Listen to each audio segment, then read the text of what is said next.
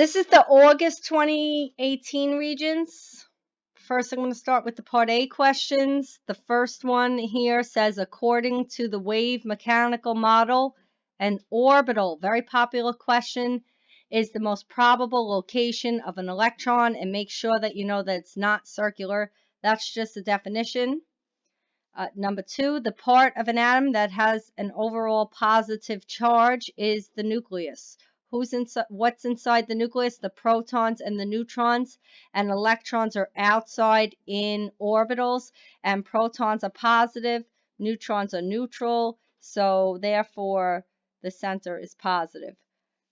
As soon as I see subatomic particles, I'm going to write PEN, which stands for protons, electrons, and neutrons. Which subatomic particles each have a mass of 1 atomic mass unit? Well, we could go to table O and double check. And right here, if you look, a proton, the top number here is the mass. So a proton has a mass of 1, and a neutron has a mass of 1. And if we go back to our document, which two have a mass of 1? And it's proton and neutron. And if you forget, you could go to the main periodic table. You could go to the main periodic table, and it says right here the atomic mass is on top and the atomic number is on the bottom, and that's the charge. So top number was the mass. Number 4, the discovery of the electron in a subatomic particle was a result of, and the answer is experiments with cathode ray tubes. Again, Part A is just memorization, and you're just going to have to learn a bunch of these facts. The elements on the periodic table are arranged according to increasing atomic number or protons. And if you go to the periodic table, you could see who's in bold. 1, 2, 3, 4. It goes in order. 5, 6, 7. It goes in order of this bold number right here, which is the atomic number, and sometimes they interchange protons. Number 6, which element is classified as a metalloid? A metalloid, you want to be on the stairs. So we're going to look up TES, HG, and I. TES, HG, and I. And if you notice, TE is the one that has 2 bold parts of the box, and that is the metalloid. Number 7, I teach comps. It's carbon, oxygen, and phosphorus have different structures. So they have different structures, and because they have different structures, they have different properties. So oxygen and ozone are 2 forms of the same element, but one of them is diatomic, the other one is triatomic. But again, they ask this question often, and they bring up carbon, oxygen, and phosphorus. In this case, it was oxygen. Number 8, who can be broken down? That is a compound. A compound can be broken down by chemical means. And the only word that you will not find on table S is ammonia. You could look up antimony, argon, and aluminum, and I'm going to show you table S, aluminum. And then we need antimony and argon. So if you look, there's argon. And if you go down more, SB is antimony. Right here is antimony. So those are elements because the name, that's the simplest form of matter that cannot be broken down. Here they're saying can be broken down, so you have to find a compound. Hopefully you know in June that ammonia is NH3. But if not, you could always rely on table S. Now, if you notice for number 9, it says which describes water liquid and H2O2 liquid. They're both a liquid, but they're not the same compounds. So because they're both liquids, mixture, you're going to look for the AQ, which means aqueous. That's a physical combination. Compounds are chemical combinations. And because they're 2 different compounds, they have different properties. Which 2 terms represent a major categories of compounds? And the way I remember this is I say ic, which is ionic and covalent. And if I don't see covalent as a choice, it's interchanged with the word molecular, which is an asymmetrical molecule. Okay. You're going to know PANS. Polar is asymmetrical and non-polar is symmetrical, PANS. So we want asymmetrical, which means polar. And the best thing you could do is ammonia, water, and HCl are polar. They're usually choices on the Regents. And notice that the other compounds end in an even number. 4 is an even number, 2 is an even number, 2 is an even number, where this last number here is odd, and that's another way you could see asymmetrical if you're dealing with two nonmetals, which is on the right side of the chart. You cannot use that you have to rule out ionic bonds, which is metal and nonmetal first. Number 12, which describes the energy changes that occur as bonds are broken and formed during a chemical reaction. Well, we say BARF, broken means absorbed, release means formed. So energy is absorbed when bonds are broken, and energy is released when bonds are formed. So choice 3 has that keyword. A solid sample of copper. Okay, where is copper on the periodic table? Let's look it up. And if you don't know where to go, I'm telling you, copper is Cu, which is number 29. If you're not sure, you go to table S and you look up copper right here. It's atomic number 29 here if you just need to confirm that Cu does represent copper.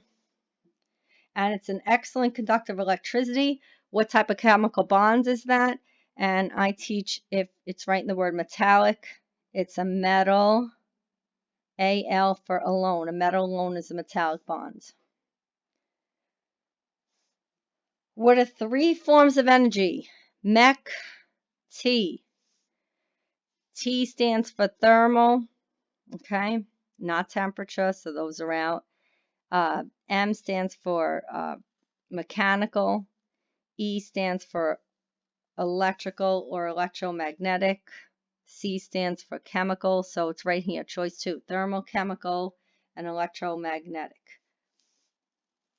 Nuclear is another form of energy. I usually don't see them ask it. Electronegativity is there, trick you. It's the gaining. It's right in the word Ga for gain electrons. So, and anyway, that's always a question, and here it is. Based on table S, which element has the strongest attraction for electrons? That's electronegativity. And you could go to table S and you could look up the values. We're doing chlorine, nitrogen, oxygen, and selenium. It's chlorine, oxygen, nitrogen, and selenium. So let's see. Selenium is 2.6, chlorine is 3.2, oxygen is 3.4, and nitrogen is 3.0, and that's the electronegativity.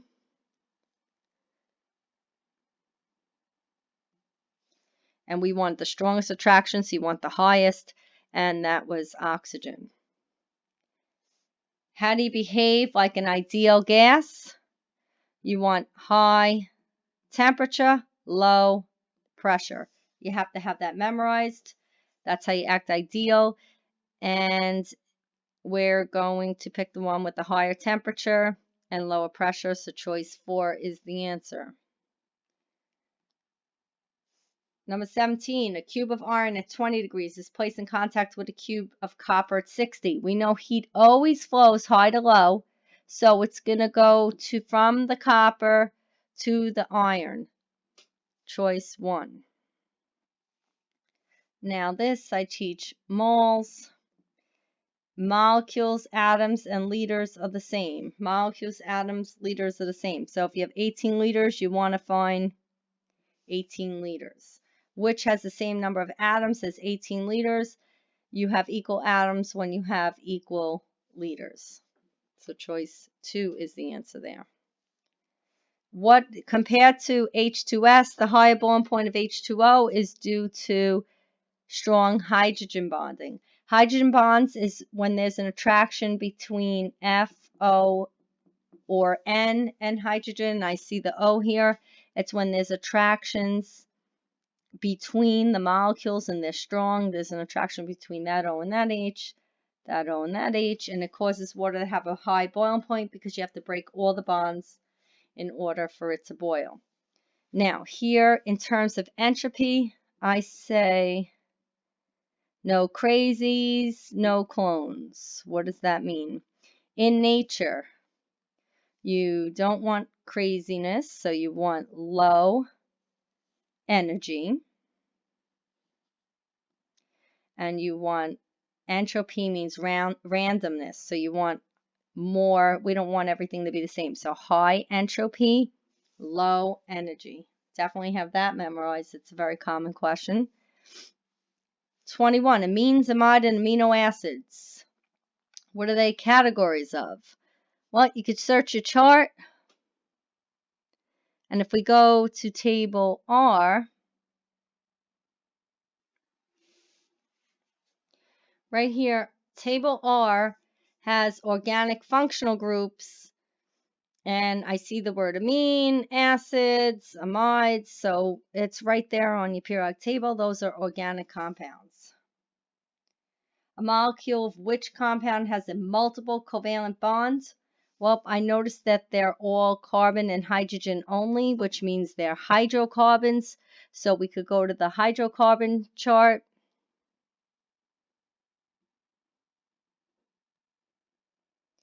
Now, the ones, table Q right here has hydrocarbons, they're hydrogen carbon only, and alkene, N represents the number of carbons, like here you have 2 carbons and you have 1, 2, 3, 4 H's because you just double the number of carbons. So if I had C3, it'd be H6 because you double the number of carbons to get the number of H's. Now for an alkyne, we have C2H2 because we doubled the number of carbons and we subtracted 2. So if we had C3, you double it and get 6, and then subtract 2 and get that. Anes, you double it and add 2. So let's go back. Here we had 3, we doubled it and got 6 and added 2. So that one's out, that's an alkane. Same thing here, we doubled 4, we have 8, and we added 2 to get the 10 H's, that's an alkane.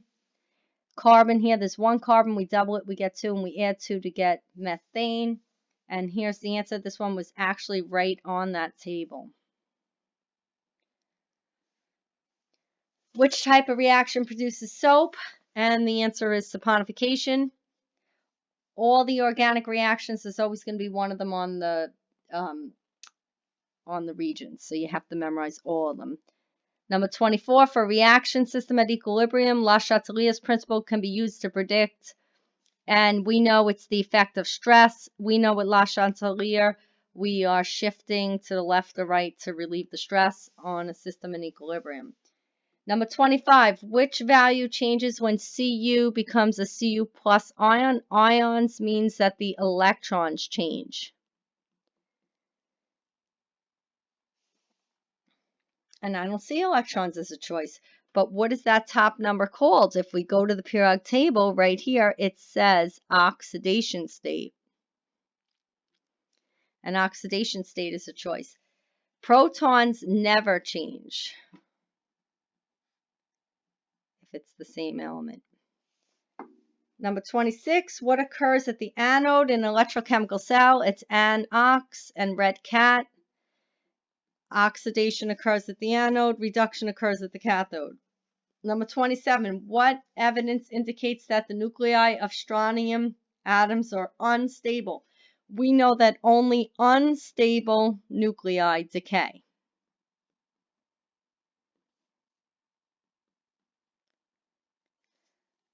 So I see the word emit here, and let me see strontium. Does strontium give off beta particles? Let's go to the periodic table that shows nuclear. This is an alphabetical order, table N. We're going to go to strontium. Strontium 90. The decay mode says B minus, and if we go to table O, B minus is a beta particle. So choice 4 is the answer. Number 28, which nuclear emissions are listed with its notation?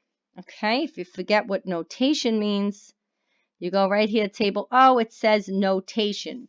Notation's when you write the symbol and you put the mass number on top and the charge on the bottom.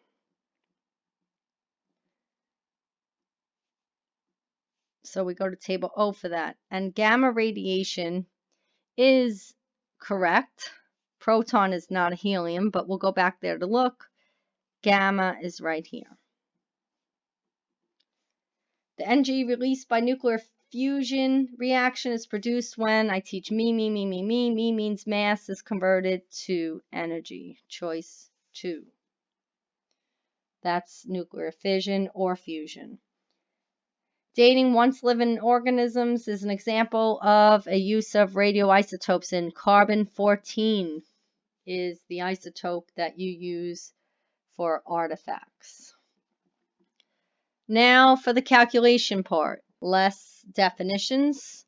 So for the first one, it says, what is the net charge of an ion, not atom? Because if you're an atom, I teach ape, the P equals the E. So if we were an atom, we would have 11 protons because that's what's given. So we would have 11 electrons. But it says ion. And if you look, it had 10 electrons, was supposed to have 11, so it lost 1 electron. When you lose, it becomes positive. Electrons are negative, you become more positive. Number 32, which electron configuration represents the electrons of an atom, not ion, atom in the excited state? I'm going to add up all the electrons, 7, 15, 5, 2 and 1 is 8, and this is 8. Now I'm going to go to periodic table and look up atomic number 7. When I look up atomic number 7, it says 2, 5. So that's ground state. That's not excited. The next one is 285, number 15. Let me look. Number 15 says 285. That's ground. Anything on the periodic table is ground. Next one, number 3, I'm going to go to atomic number 8. If I go to atomic number 8, it says 2-6. And then choice 3 would be the answer because instead 2-6, the electron changed to 5 and it absorbed energy and it moved up in energy level. Number 33, which element is a liquid at 1000 K? Now we memorized that mercury and bromine are liquids at STP. STP is 273 K. Now we're talking about 1000 K, so we have to look up the melting point. And they all seem to be metals, but we have silver, aluminum, calcium, and nickel. And we want one with a melting point where it will melt at 1000 degrees K. It's going to be in the liquid form because we know that metals are supposed to be solids except for mercury. So let's go to the periodic table S. And let's look up calcium. Calcium's melting point is 1115. Here it's not melted yet, so I didn't pick the right answer there. Let's look up another one. Aluminum melts at 933. Okay, so that one, once it reaches 933, it's going to begin to melt. So that would be the answer. I just didn't go in order. Which formula represents ammonium nitrate? Well, first of all, it ends in 8, so I have to know to go to table E. And ammonium is also on table E. Ammonium nitrate. Okay. Here's ammonium. So I'm going to write the NH4 with the plus sign and then nitrate. Oh, I'm not even on the right thing here. Nitrate. There's ammonium, so it's NH4 with the plus 1. Nitrate is NO3 with negative 1, but because they have the same charge, they're going to cancel out. So it's just NH4, NO3. There's no crisscrossing involved. Notice that one says NO2 if you pick nitrite instead of nitrate. Empirical formula. Empirical is right in the word. M for most, R for reduced. Most reduced. So the only one here that's reduced is choice 1. Number 36, which shows conservation of charge? Well, I'm going to do this a shortcut way. I have 2 times 3, so I have 6 plus 0 on the left here, and 2 times 2 is 4 plus 3. So those are not equal. The second one is 2 times 3 is 6, so 6 plus 0, and on that side it's 6 plus 2 times 3 is 6, so that one didn't work. 3 times 3 is 9, 9 plus 0, and then you have 4 plus 6. So those don't match. Here we have 3 times 3, which is 9, and here you have 0. And on the other side, you have 3 times 2, which is 6, plus the 3 here. So here we have 9 equal to 9, and that's an easier way to balance instead of pulling out the half reactions. Here we have 2 going to 1. That's called synthesis. 38, when an Mg ion becomes an atom, the radius increases because the ion, well, that ion, the plus means lost, and protons never change. So the ion lost 2 electrons, so the atom has 2 more electrons. That's why the atom is bigger. The least polar bonds. Now I noticed they all begin with an H, and to figure out bonding, I could use the electronegativity difference. So I have to look up iodine, fluorine, chlorine, and bromine. So I'm going to go here. Hydrogen, the electronegativity is 2.2. Fluorine is 4.0. So I'm going to go back. 2.2. Fluorine is 4.0 minus 2.2, which is 1.8. These all have the hydrogen. Now I have to look up iodine, chlorine, and bromine. Chlorine is 3.2. Bromine is 3.0. So here chlorine is 3.2, so the difference between those is 1.0. This one's 3.0, so the difference is 0.8. So far bromine is the least, but we have one more, iodine. Iodine, the electronegativity value is 2.7. And when you do 2.7 minus 2.2, the difference is 0.5. So that one has the least difference.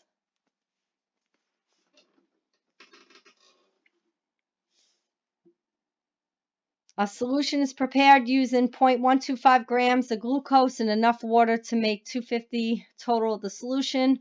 What's the concentration in parts per million? Well, if we go to table T, parts per million is solute of a solution times a million. So we just have to take the small amount, 0.125, over the total solution, and then times it by 10 raised to the 6th power, or a 1 with 6 zeros. And when you do that in the calculator, you should get choice 2.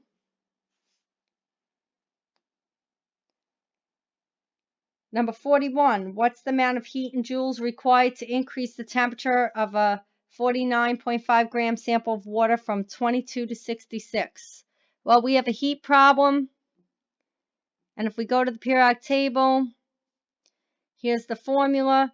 Heat equals mass, specific heat capacity, change in temperature.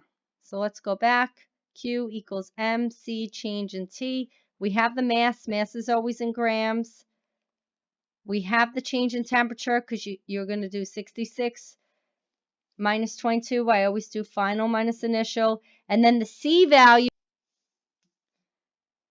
the C value is on table B. You could only use this value if they're referring to water, 4.18. And then you just plug in to get the heat. Mass times the C value times the change in temperature. And when you do that, you get choice 3.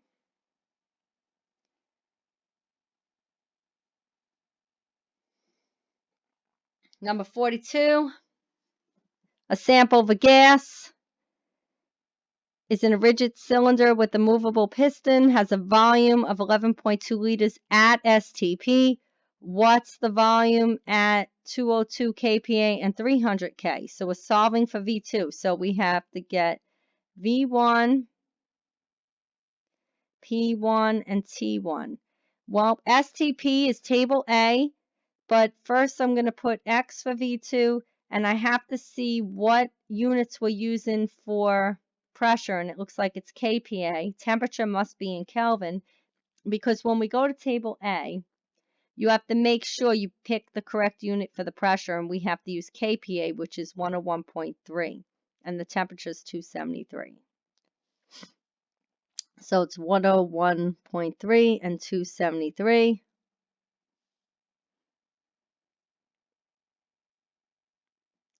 And now I am going to do V1 P1 over T1 equals V2 P2 over T2.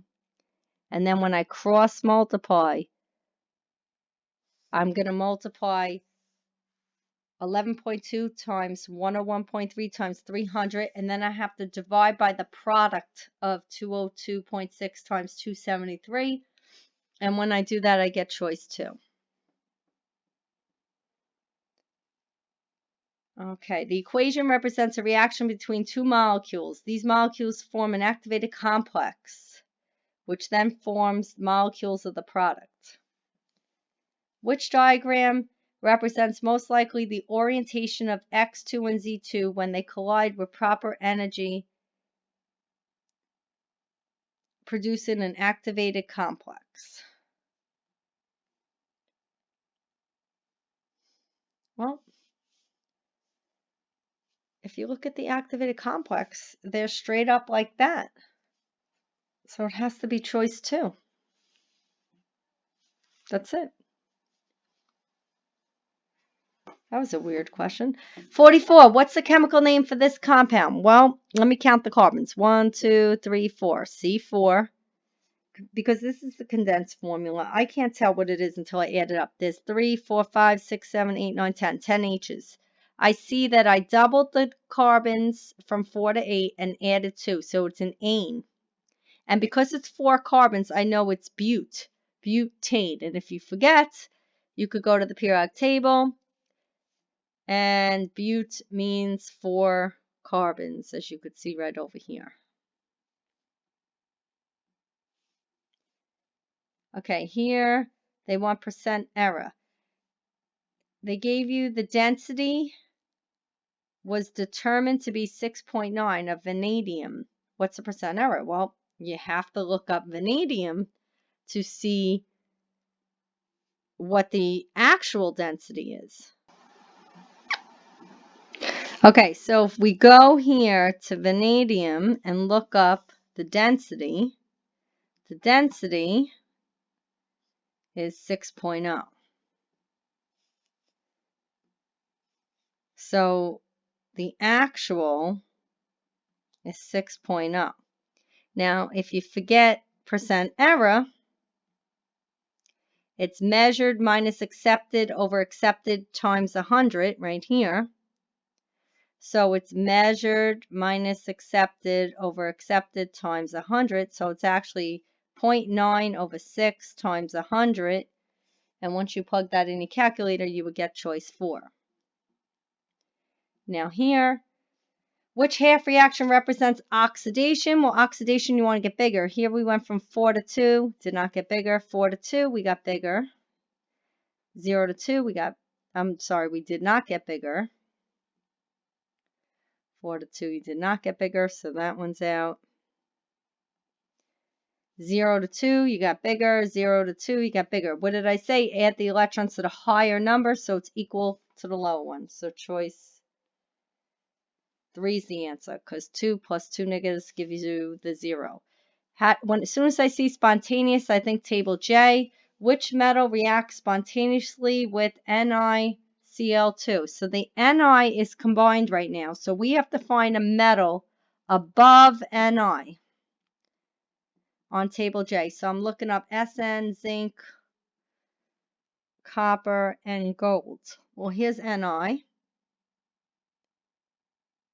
And I want zinc is above it. All the other ones, copper, gold, they're all below it. So zinc is above the nickel.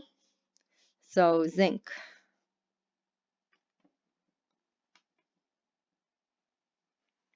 Which solution is the best conductor of an electrical current? Well, we want more stuff in less water, but they all have 1,000 mLs of water. So now we could go buy more stuff. And the highest number here looks like it's choice 3. 0.1 is bigger than 0.005 and 0.001. 49. Compared to a 1 liter aqueous solution with a pH of 7, a 1 liter aqueous solution with a pH of 5. Okay, so we have a pH of 7 to a pH of 5. Well, 5 is lower by 2 places. Each change in pH is a 10-fold change. So the answer here is choice 2.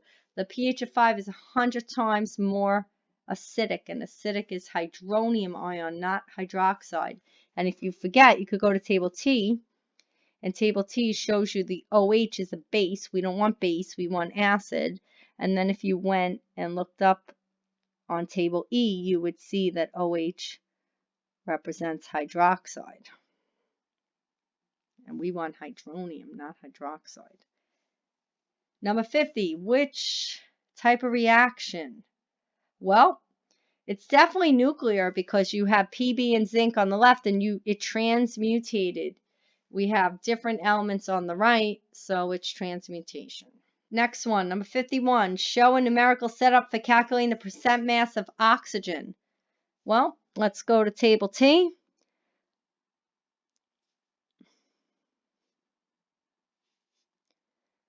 Percent mass is mass of part over mass of whole times 100, and we're referring to oxygen's weight. So I'm going to go look up oxygen's weight, and you see right here it's around 16. So, but there's 3 of them, so it's 16 times 3 over the total weight, which they gave us, times 100, and we are done. Number 52, identify lab process that could be used to separate a liquid mixture of methanol and water. Well, distillation is L from L, liquid from liquid, using DI for different boiling points. Different boiling points is liquid from liquid. Next one, subatomic particles, I think pen, proton, electron, and neutron. Why they're the same element? Well, same element means same protons, and they all have 12 protons. How many valence electrons in an atom of an isotope D? Well, we're going to go look up atomic number 12 on the periodic table. It says 282. So 282, the last number is a 2, so there's 2 valence electrons because the last number represents valence electrons. Whenever I see compare, it means higher, lower, or the same. Compare the energy of an electron in the first shell to the energy of an electron in the second shell. Well, the further you are from the nucleus, the more energy. So we could say the second shell electron has more energy.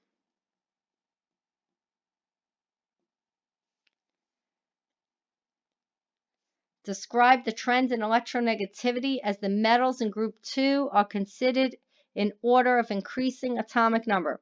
All right, let's go to periodic table. Group 2, going down a group. You're going from 4 to 12 to 20. So let's see. We're going from 4 to 12 to 20. We want to see what happens to electronegativity. So we could just go to table S and look up atomic number 4 is 1.6, then 12 is 1.3, and then 20 is 1.0. It went down. So as the atomic number increases, the electronegativity goes down. Explain in terms of electron configuration why the elements in group 2 have similar chemical properties. Y means define. Well, let's look at group 2 again on the periodic table. Notice they all end in a 2, the valence shell. So we know that Group 2 all have 2 valence electrons, and that's why. Similar chemical properties are due to the same valence electrons. Why does barium have a lower first ionization than magnesium?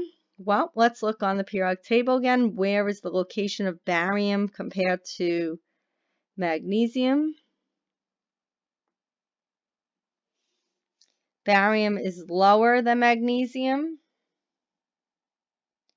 So basically, you could just state a fact and hope you get it right. And if you think about it, barium has more electron shells.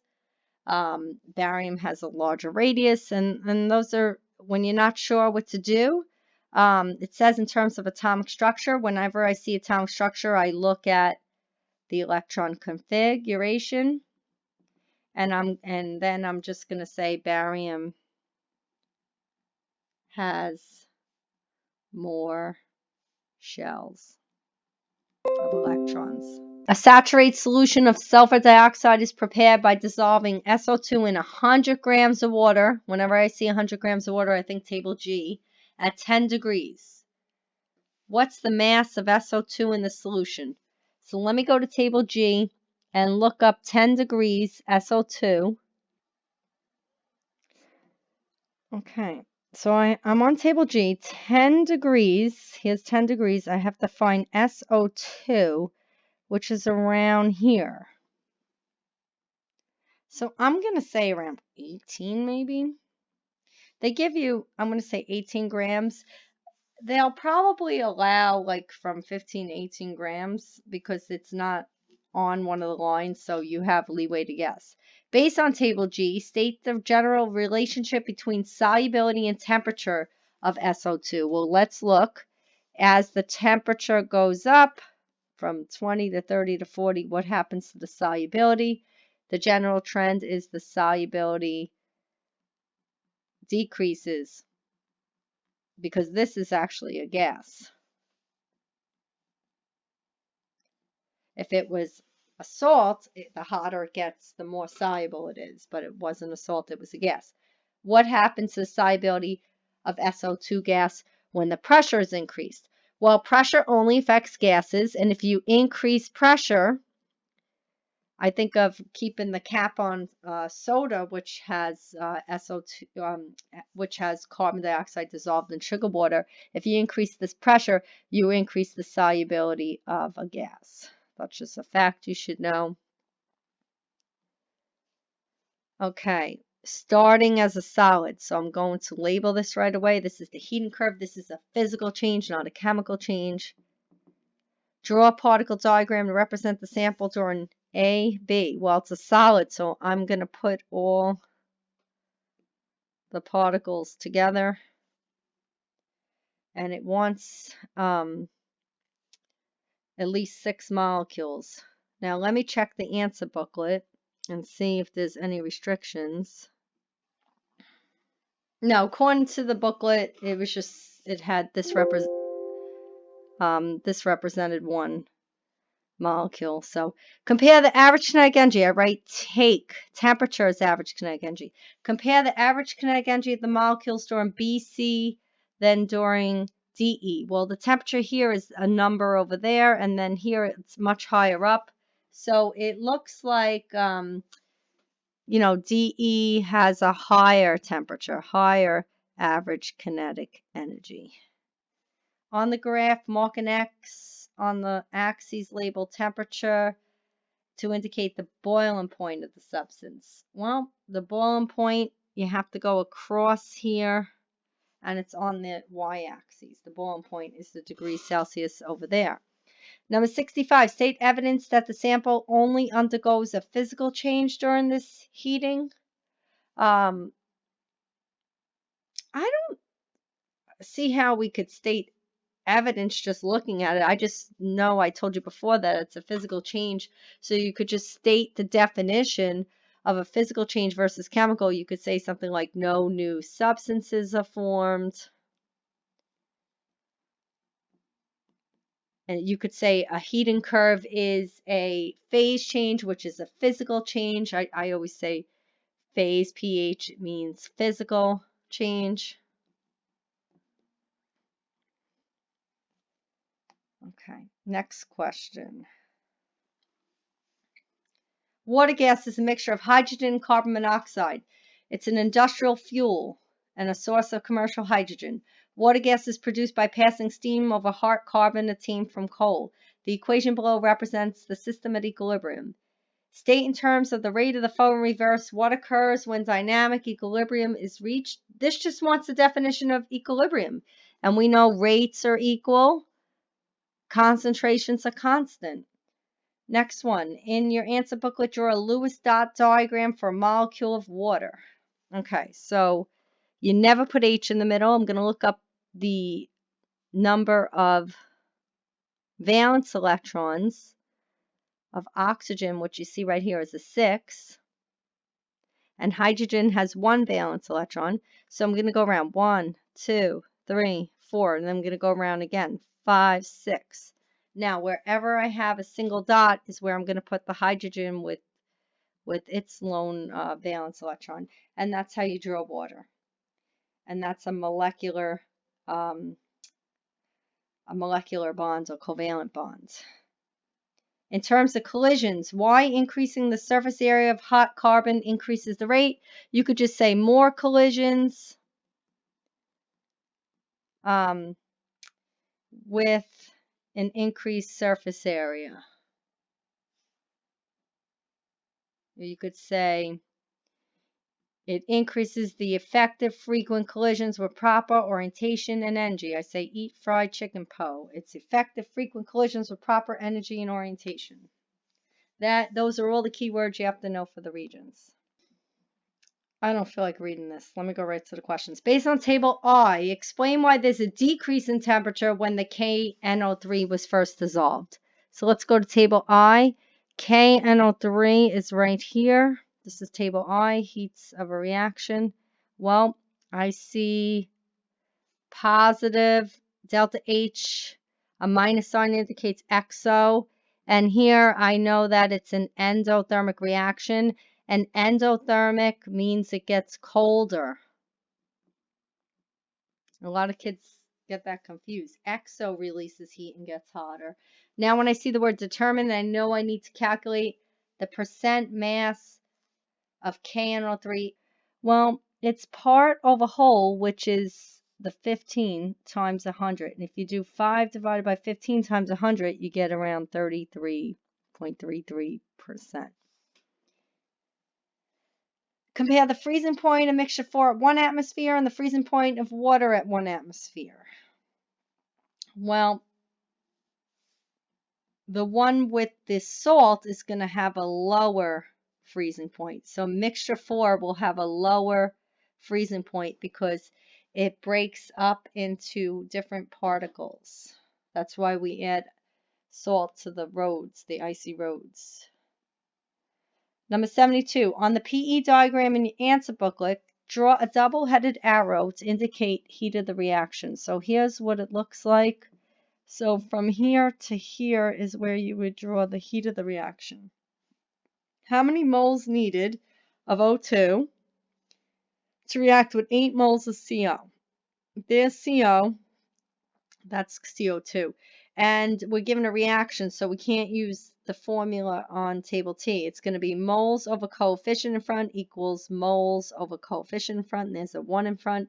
And then you get 8 is 2x. The x is 4. The answer is 4 moles. On the PE diagram, draw a dashed line to show how it changes with a catalyst. All you have to do is draw a dashed line where you don't change the heat of the reaction, but you lower the energy of activation. Number 75, write the name of the class of organic compounds which compound A belongs. So class, and all I see is an OH group. And if I went to table R,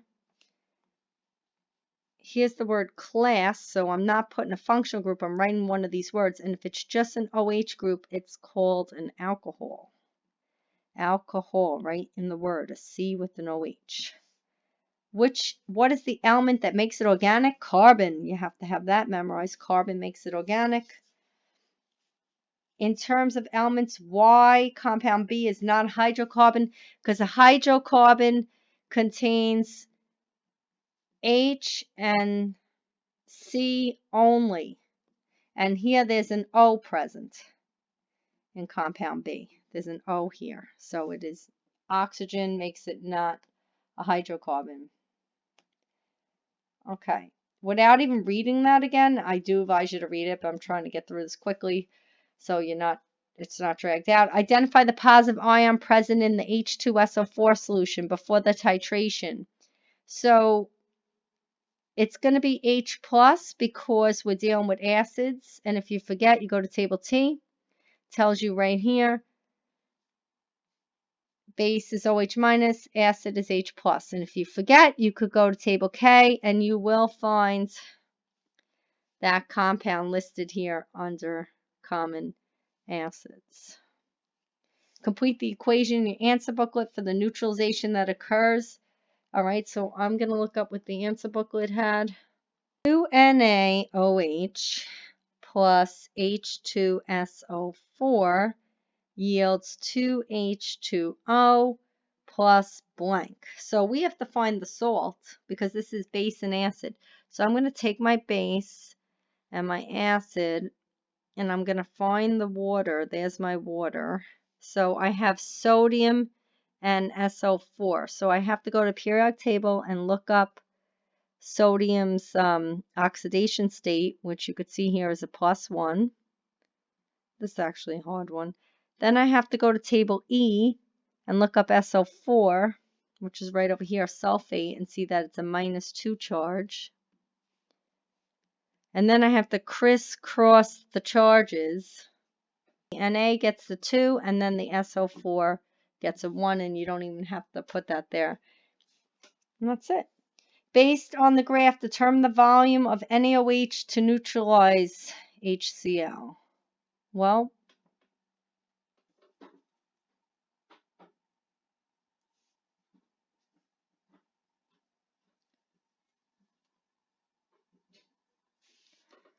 where's the pH of 7? That's where it's neutral. So I'm looking here, and I'm going to say 25 mLs. State the color of phenolphthalein if it were added after the HCl was titrated with 50 mLs of NaOH. So 50 mLs, let's see. You're adding a base, and if we go to the periodic table,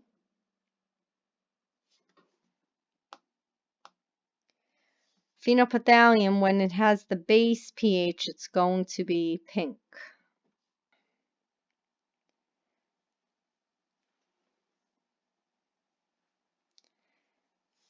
Okay, number 82. Why, number 82, in terms of nucleides, why this reaction is a fission reaction? Well, Y means define, and fission has an I in it for split. So I'm going to say you're splitting uranium. State the number of protons and neutrons in neodymium 150, which is right over here. So we see that there's 60 protons, and you have to do mass minus atomic number to get the neutrons. So there's 90 neutrons. Complete the decay of GE81